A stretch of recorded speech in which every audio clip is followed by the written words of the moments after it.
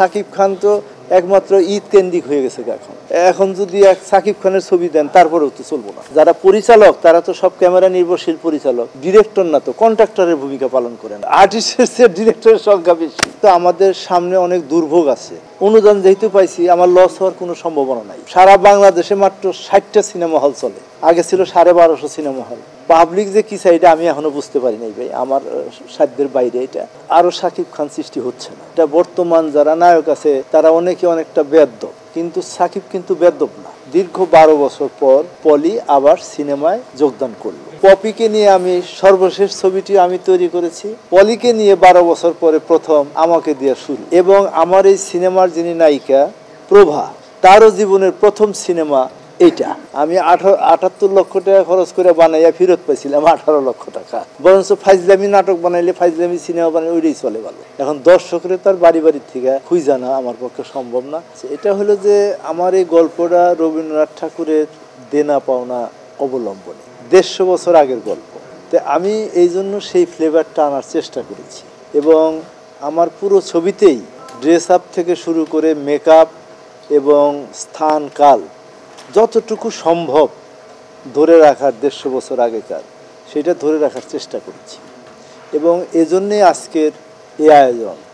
এবং এই আয়োজনটি, এটা একটা জমিদার বাড়ি, জমিদার সাহেবের রংমহল থাকে জমিদারদের, সেই রংমহলের একটা সিকোয়েন্স এটা করা হচ্ছে। এবং এটা মধ্যে সবচেয়ে সুখের কথা হলো এবং আনন্দের সংবাদ হলো, এটার মধ্যে বিশেষ একটি চরিত্রে দীর্ঘ 12 বছর পর পলি আবার সিনেমায় যোগদান করলো। এবং আমি একটা সৌভাগ্যবান মানুষ যে পপিকে নিয়ে আমি সর্বশেষ ছবিটি আমি তৈরি করেছি। আবার এখন পলিকে নিয়ে 12 বছর পরে প্রথম আমাকে দিয়ে শুরু। এবং আমার এই সিনেমার যিনি নায়িকা প্রভা, তারও জীবনের প্রথম সিনেমা এইটা। এবং এই ছবিতে অনেক নতুন ছেলে মেয়েদেরকে আমি সন্নিবেশিত করতে পেরেছি। এবং সবচেয়ে মজার ঘটনা হলো, এই গল্পের প্রয়োজনে গ্রামের একটা ভদ্রলোক, মধ্যবিত্ত, তার 5টা ছেলে 5টা বউ, এবং 5টা বউয়ের চরিত্রে আমি নিয়েছি একদম নতুন থেকে সবগুলো। এর মধ্যে কয়েকজন আছে বিউটি কন্টেস্ট হয়, সেখানে প্রতিযোগিতা ফার্স্ট সেকেন্ড হয়েছে এরকম। এবং এছাড়া এপি, লাবণ্য এবং অন্য অন্য যে সমস্ত সংগঠনগুলো এই সমস্ত কাজ করে, তাদের থেকে আমি মেয়েদেরকে, ছেলেদেরকে, নতুনদেরকে সুযোগ দিয়েছি। এবং আমি মনে করি যে রবীন্দ্রনাথ ঠাকুরের আমার 2টা জিনিসের প্রতি খুব দুর্বলতা। একটা হলো মুক্তিযুদ্ধ, আর একটা হলো রবীন্দ্রনাথ ঠাকুর। মুক্তিযুদ্ধ আমার অহংকার, এবং রবীন্দ্রনাথ ঠাকুরকে এখনও আমার সর্বাধুনিক মানুষ মনে হয়। এবং সেই দৃষ্টিকোণ থেকে আমি সৌভাগ্যবান যে সরকার আমাকে এই ছবিটি তৈরি করার জন্য অনুদান প্রদান করেছে। এটাই হলো আমার একটা সাফল্যের দিকে। এবং আমি বয়স হয়েছে আমার, আমি 71+। আমি মনে করি যে এটা আমার শেষ ছবিও হতে পারে, আমি জানি না কি হবে। এজন্য আমি আমার সমস্ত মেধা, মনন এবং আর্থিক সহযোগিতা বিভিন্নভাবে আমি এটা সম্পাদন করতে চেষ্টা করছি। না, রিস্ক তো অবশ্যই। আমি তো মনে করি যে একটা হলেও হয়তো নাও চলতে পারে, তারপরে আমি বানাইছি এটা। এবং আমি এটা তো বানাতেই হবে। অনুদান যেহেতু পাইছি, আমার লস হওয়ার কোনো সম্ভাবনা নাই। এবং আমি মনে করি যে সিঙ্গেল স্ক্রিনে হয়তো এটা খুব একটা ভালো চলবে না, কিন্তু সিনেপ্লেক্সগুলোতে আমার মনে হয় যে সেখানে, তারপরে ওটিটি প্ল্যাটফর্ম এখন আছে, তারপরে ধরেন বিভিন্নভাবেই এগুলো এখন চলার বিভিন্ন মিডিয়াতে হয়েছে। সেই দৃষ্টিকোণ থেকে আমার মনে হয় যে খুব একটা আমি খারাপ পর্যায়ে থাকবো না। এবং আমি আশাবাদী এই ছবিতে যারা অভিনয় করেছে, বর্দা মিঠু, তারপরে শিপন, প্রভা, পলি আসলো, তারপরে ইরা শিকদার, অভি, আরও বেশ কিছু নতুন মুখ আমি নিয়েছি। সিনথিয়া নামে একটা মেয়েকেও নিয়েছি। আমার মনে হয় যে এরা এক একজনে খুব ভালো অভিনয় করছে, এবং জাতীয় চলচ্চিত্র পুরস্কারে অংশগ্রহণ করার মতো অবস্থা সবারই হবে বলে মনে করি। এই ছবির ক্যামেরাম্যান, এই ছবির মিউজিক ডাইরেক্টর শেখ সাদি খান, ক্যামেরাম্যান রিপন রহমান খান, তারপরে ড্রেসের আফরিন এবং সেটের রাজু চৌধুরী, এই যে কতগুলা কম্বিনেশন আমি করতে চেষ্টা করছি, এটা খুব মেলানো খুব কঠিন কাজ, খুবই কঠিন কাজ। প্রভার কিন্তু একটা আলাদা দর্শক আছে, নাটকের তো আছেই, কিন্তু প্রভা এই ছবিতে এক্সিলেন্ট অভিনয় করছে, চিন্তা করা যায় না। এবং আমার এই ছবিতে সেই 150 বছর আগে সেই খালি গায়ে শাড়ি পরা, তারপরে ছেলেরা সব ধুতি পরা, এই যে অবস্থা এগুলোর মধ্যে, এবং আমি মনে করি যে হয়তো একটা আলাদা চমক হতে পারে।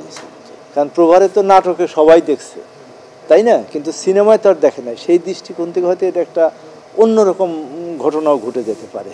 হ্যাঁ, এইখানে একটা কারণ আমি নতুন আর পুরাতনের একটা সংযোগ করছি। এবং আপনারা জানেন যে আমার ছেলের বউ, ও কিন্তু একসময় নায়িকা ছিল, আর না। তো আমাকে একদিন বললো যে বাবা আপনি পলি আপাকে নেন। আমি কেন? কয় যে একটা নতুন চমক হবে 12 বছর পরে। এই জন্যই আমি পলিকে ফোন দিলাম, ও সাথে সাথে এটা অ্যাকসেপ্ট করলো, এবং ও খুব কোঅপারেটিভ, সাংঘাতিক, এবং খুব সহযোগিতা পরায়ণ। এবং আমি মনে করি যে ওর এটা দিয়ে একটা নতুন শুভযাত্রা শুরু হলো, এবং সেই জন্যেই আমার ওকে নেওয়া। হ্যাঁ, এটা আমাদের জন্য একটা দুর্ভাগ্য যে আরও সাকিব খান সৃষ্টি হচ্ছে না।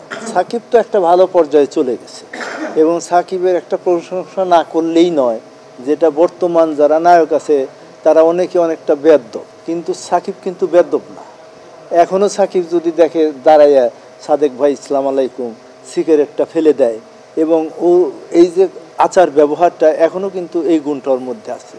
কিন্তু আমি তো নাটকও বানাই, নাটকের অনেক নায়ক আছে ও দাঁড়ায় না, ও চিনেই না মনে হয়, এবং তারা তো মানে অনেকটা বেয়াদবি করে ফেলে। হ্যাঁ, এবং আমি তো মানে ধরেন আমি 200 নাটক বানাইছি, 76টা টেলিফিল্ম বানাইছি, 5টা সিরিয়াল বানাইছি, আর এটা হলো আমার 8 নম্বর সিনেমা। আমি তো আরও কাজ করছি, কিন্তু বর্তমান নতুন যারা আছে তারা এখনও ওইভাবে তৈরি হয় নাই। আর যারা পরিচালক তারা তো সব ক্যামেরা নির্ভরশীল পরিচালক, এবং এগুলা ডিরেক্টর না তো কন্ট্রাক্টরের ভূমিকা পালন করেন। আমি শুনে অবাক হয়ে যাই, 841 জন হলো পরিচালক। শালার ডাইরেক্টরের চেয়ে আর্টিস্টের চেয়ে ডিরেক্টরের সংখ্যা বেশি। সেই দিক থেকে চলচ্চিত্র তো অনেক ভালো আছে, এবং চলচ্চিত্রের অনেক সংগঠন আছে, তার মধ্যে 2টা সংগঠনই খুব অ্যাক্টিভ। একটা হলো ডিরেক্টর গিলস নাটকের, আর আমাদের চলচ্চিত্র পরিচালক সমিতি। আর সব জায়গায় তো ঝামেলা, ভেজাল, মারামারি, কাটাকাটি, মামলা, মোকদ্দমা নিয়ে তুলপার কাণ্ড ঘটে, যেটা মিডিয়ার জন্য খুব ক্ষতিকর। এমনি তো কিছু নাই, সারা বাংলাদেশে মাত্র 60টা সিনেমা হল চলে। এই কিছুদিন আগে পপির যে শেষ সিনেমাটা আমার ডাইরেক্ট অ্যাটাক মুক্তি দিলাম 30টা হলে, কই আমি তো পয়সা ছবি দেখ ওর চেয়ে বরঞ্চ আমি আগে যে সমস্ত ছবি বানাইছি ওগুলোই ভালো পয়সা পাইছি। কিন্তু এগুলো কোথায় চালাবো?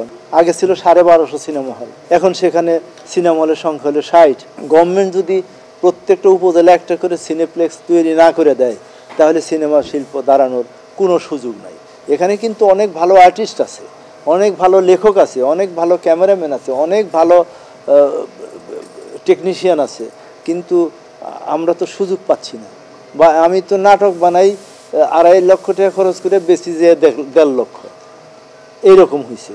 সিনেমা আমার হৃদয় 71 নামে একটা সিনেমা বানাইছে মুক্তিযুদ্ধের, বাংলাদেশের সবাই বলে মুক্তিযোদ্ধার সমর্থন করে। আমি মনে করলাম যে এটা তো টাকায় আমার 6 লাখ হয়ে যাবে। আমি 78 লক্ষ টাকা খরচ করে বানাইয়া ফেরত পাইছিলাম 18 লক্ষ টাকা। কাজেই আবার এই যে কমার্শিয়াল ছবি, আসলে পাবলিক যে কী চাই এটা আমি এখনও বুঝতে পারি নাই ভাই, আমার সাধ্যের বাইরে এটা। কারণ আমি কমার্শিয়াল ছবি বানাইলাম ডাইরেক্ট অ্যাটাক, এও তো চললো না। আবার আর্ট ছবি বানাই, হেও চলে না। বরঞ্চ ফাইজলামি নাটক বানাইলে, ফাইজলামি সিনেমা বানাইলে ওইটাই চলে ভালো। তো এখন আমি কি করবো আমি তো জানি না। এখন দর্শকের তার বাড়ির থেকে খুঁজে না আমার পক্ষে সম্ভব না। আপনারা সাংবাদিক, আপনাদের দায়িত্ব আছে এদেরকে মোটিভেশন করার জন্য, এটা একটা আহ্বান জানাচ্ছি। এটা হয়েছে, কি করবেন এখন? কিছু করার তো নাই। কারণটা হইল কি, যে এখন যারা সিনেমা করতে আসতেছে তারা সিন্ডিকেট এই জন্যই বলে, এখন অনেক নতুন মেয়ে নায়িকা ও প্রডিউসার নিয়ে আসে, ও আরেকজন পরিচালক নিয়ে আসে, আরেকজন বিভিন্নভাবে আসে। এবং আমি তো একটা কথাই বললাম যে এখন নতুন ছেলেমেয়েরা ভালো করে শিখা বাবা, তারপরে তুমি ডিরেকশন দাও। তার আগে তুমি খালি ক্যামেরাম্যান নির্ভরশীল পরিচালক হয়ে যাইতেছ, এইটার থেকে বেরিয়ে আসতে হবে। এগুলা যদি বেরিয়ে না আসে তাহলে কিন্তু আমাদের সামনে অনেক দুর্ভোগ আছে। দুর্ভোগ মানে কি, এমনি তো সিনেমা হল নাই, আরও থাকবে না, আরও কেউ বানাবে না। এখন অনুদানের ছবি তো মাত্র ধরেন 10-20টা, আর সারা বাংলাদেশে অন্য কেউ কীভাবে ছবি বানাবে? আর সাকিব খান তো একমাত্র ঈদ কেন্দ্রিক হয়ে গেছে এখন, এমনি নর্মালিও নাই। এখন যদি বলতে বাধা নাই, হয়তো কথাটা একটু অন্যরকম হয়ে যাবে, এখন যদি এক সাকিব খানের ছবি দেন তারপরেও তো চলবো না, হলে চলবো না। দেখি এক ঈদ কেন্দ্রিক সব সিনেমাগুলো চলে গেছে, তাছাড়া তো আমি কোনো সিনেমা দেখি না। এবং যে যত বড় কথাই বলুক, আমরা তো বয়স হয়েছে, আমরা তো দেখছি, কারণ আমার তো 72 সন থেকে শুরু, কাজে আমি তো প্রচার বিমুখ লোক, আর আমি যেহেতু রাজনীতির সঙ্গে সম্পৃক্ত ছিলাম, এই জন্য সিনেমাটা অত আমি ওইভাবে গভীরভাবে নিতে পারি নাই, বা আমার অত পাবলিসিটিও হয় না। এখন এতগুলা লোক, এই যে পাবলিসিটি, আমার দেখে তো নিজেরই অবাক লাগতেছে যে আমি কোথায় আছি। এটা এখন কি বলবেন, এক একজনের চয়েস এক এক রকম। তো এখন আমারে যদি নকল ছবি বানাইতে পারেন, আমি তো বানাবো না, কারণ আমি যতগুলো ছবি বানাইছি, নাটক বানাইছি, সবই হলো সাহিত্য নির্ভর। কবি আল মাহমুদের গল্প দিয়ে আমি জলবেশ্বর নামে একটা সিনেমা বানাইছিলাম, মানে ওটার নাম দিয়েছিলাম সুন্দরী বেওলা। তারপরে রোকেয়া ইসলামের নামে আমি বানাইছি আপনার হৃদয় একাত্তর, এবং অন্য অন্য সাহিত্যিকদের ছবি আমি বেশি, বা রবীন্দ্রনাথ ঠাকুরের অনেক গল্প নাটক আমি করছি। তো কাজেই অনেকে আবার কপি করে মজা পায়, সবাই তো আর সব জিনিসে মজা পায় না। কেউ কালো শার্ট পরে মজা পায় আপনার মতো, আবার আমার মতো এরকম রং চঙা পরেও মজা পায়। একজন টেস্ট তো এক এক রকম না। বাংলাদেশ কপি করে চলে নাই, তাইলে আর আমি দেনাপনা বানাইতেছি কেন? তাইলে তো হাম দোনোকে নিয়ে একটা বানাইতাম, প্রশ্নই উঠে না। এটা তো একটা গল্প, রবীন্দ্রনাথ ঠাকুরের বললাম, এর চেয়ে বেশি কিছু তার বলার নাই।